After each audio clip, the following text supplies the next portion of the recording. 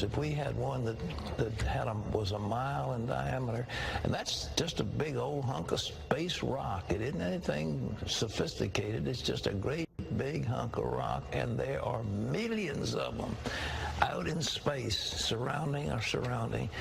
And mercifully, we've got a planet named Jupiter that pulls a lot of that stuff in. That's bigger than we are, so it has a gravitational pull. But we're big enough to draw some of them in.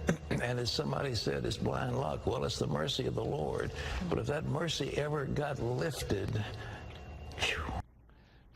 All right, and it's not a laughing matter.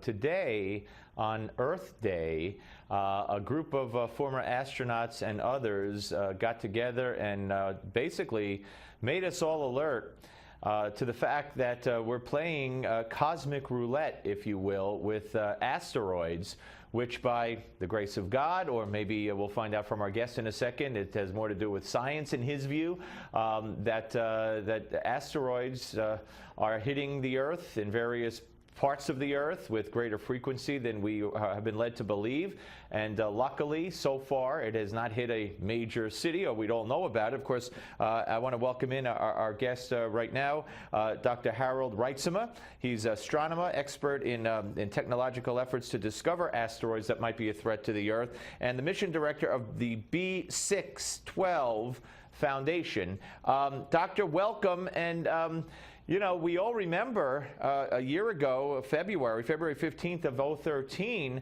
the strike that occurred in Russia, in a fairly remote part of Russia. That's right, Steve. Just over a year ago, we were reminded that these rocks do hit the Earth from time to time, that they hit at very high speed, and they're the size of a mountain, and that if you get that much rock coming at us at that speed, it creates an enormous explosion, comparable to or larger than the explosions in World War II in Japan. All right. So first of all, talk about the risk. How much at risk are we? How frequent are these asteroid hits that come down and strike somewhere on the Earth? How many have there been? Was that the most recent one, or is there another one that maybe landed in the ocean that we never even heard about? How often do they happen? Well, the large ones happen infrequently. So a mile diameter rock hasn't hit the Earth in all of recorded history, whereas if you go out at night, you're likely to see a shooting star, and that's an asteroid too. It just happens to be one the size of a grain of sand. The one that hit in Russia a year ago was about 50 feet, 50 feet, 40 to 50 feet in diameter, and so it caused a lot of energy to be deposited in the atmosphere. The smaller ones happen more often, and there have been several that were in the kiloton explosive force range since last February 15. But fortunately, we know where the larger ones are. We know where the ones that are a mile in diameter and larger. So we're pretty sure that the Earth is not at risk. We know where the big ones are and what direction they're going, and they're not headed towards Earth right now. Okay, but you know, there was at the press conference, I know you guys, and the astronauts who were affiliated with you, we're going to talk about the fact that I know Mr. Schweikart said that the message we want people to understand, it's happening, it's ongoing, and the big ones will come. It's just a matter of when. Do we have any way of knowing in advance? And I know that talk about you know, also what the B612 Foundation is, and I know there's a lot of money involved behind a telescope, correct me if I'm wrong, that could help find these and try to get them eliminated, these asteroids that might be a threat to the Earth, before they actually can become a threat to the Earth. You're right. The B612 Foundation was founded because these asteroids are out there, and given enough time, we will be hit again with one that causes serious damage. We estimate every 100 years or so, there's one that is of enough explosive energy to wipe out a large metropolitan area like New York City or Washington, D.C., should it happen over those cities. And given that's a pretty serious risk, the B612 Foundation was formed by astronauts Rusty Schweikart and Ed Lu and other concerned people to do something about it. It turns out that if we know of one that's going to hit the Earth in 10 or 20 years, we can actually move it out of the way. So the whole challenge is, can we find them? And there are perhaps as many as 1 million that could cause citywide, city area-sized damage in the multiple kiloton and upwards explosive force. And so to do this discovery, we need a telescope in space. If we're on the surface of the Earth, we have to look through the atmosphere. We have to only look at night.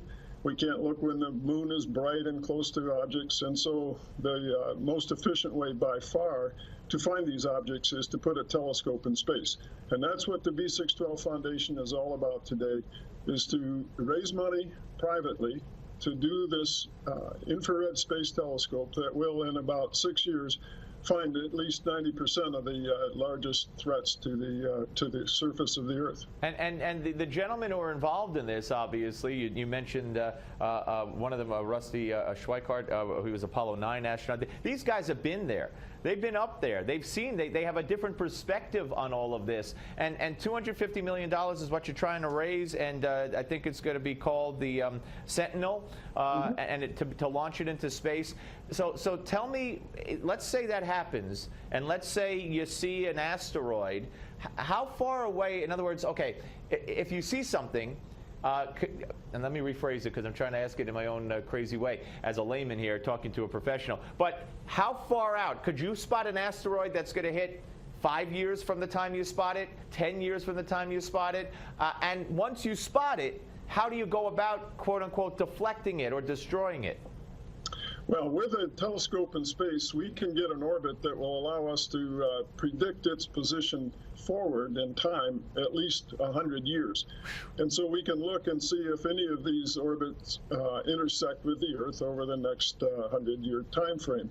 If we find one, we have plans for how to do mitigation. For instance, we can do what was done with a mission that NASA flew called Deep Impact, where you take a satellite, a spacecraft, and you drive it straight into the asteroid at a high rate of speed. And just like any high velocity thing, like a car hitting something or a bullet hitting something, it imparts momentum to the asteroid that it hits. And it might only change it by a tiny fraction of its original speed, maybe by an inch per second, or even less than that. But given 10 or 20 years at this new speed, it will actually come through the intersection with the Earth, either a little bit before Earth gets there or a little bit after Earth gets there. So the combination of having a little bit of change in the speed of the asteroid by this impact with this satellite,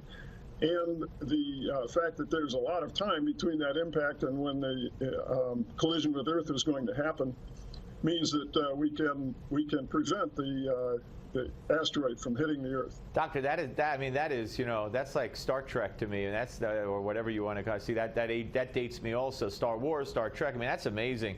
That, you know, 20 years out, 50 years out, 100 years out, you could nip this asteroid and calculate that it was going to hit the Earth, and here by just taking it off its course by an inch over that period of time, it'll deflect it from hitting the Earth. I mean, I can't even get my mind around that. But short of that, short of us doing something, and you know, I hope you get the private funds. I also maybe after that, you guys should take up the power grid and try to protect our power grid, because that's not happening either. But short of getting this done, raising these funds, getting the telescope up there, and getting it all done, what are the odds that tomorrow, the day after, you know, in a year from now, a small one, the one that hit Russia, could land in a major U.S. city?